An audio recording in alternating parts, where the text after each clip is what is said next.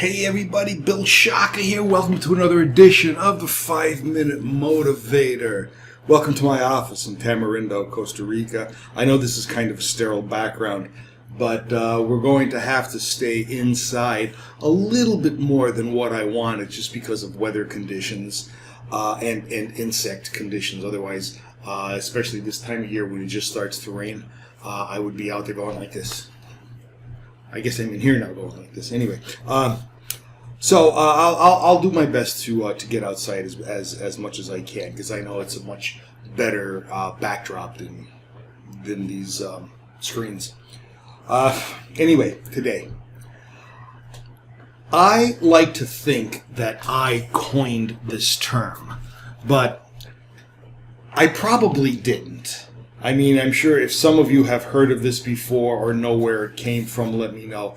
But I'm going to take credit for at least coming up with it myself.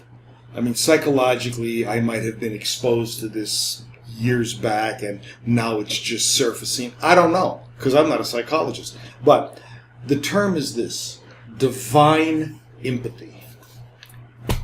Now, I'm going to have to go out on a bit of a limb here and assume that you believe in something bigger and broader than yourself. Whether it's what you want to call God, or whether you want to call it the universe, or whether you want to call it the primal force, or whether you want to call it raw energy. I don't care if you want to call it Dorothy. But you have to believe in something beyond yourself. Leadership theory is very quickly embracing the notion of empathy as one of its predominant characteristics. As a matter of fact, empathy is considered to be one of the most researched behaviors in modern leadership theory. Empathy, seeing the world through the other person's eyes. That's empathy. When I say divine empathy, what I mean is this: when you are having a conversation with somebody, not only look at it from the perspective of their view, but look at it from the perspective of God's view, of the universe's view. How is that primal force judging, I hate to use that term, at least looking at the interaction that the two of you are having? Is there something in it that's mean-spirited? Is there something in it that could be purposefully demotivating the other individual or deteriorating their self-confidence?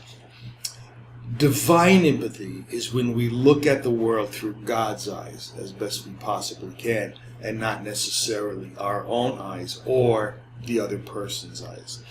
And, I've really been chewing on this for the past week or two. I'm going to keep this to a short, 5 minutes.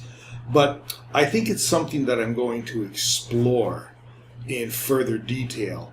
And as I said, if any of you know of this concept or know where it came from, let me know.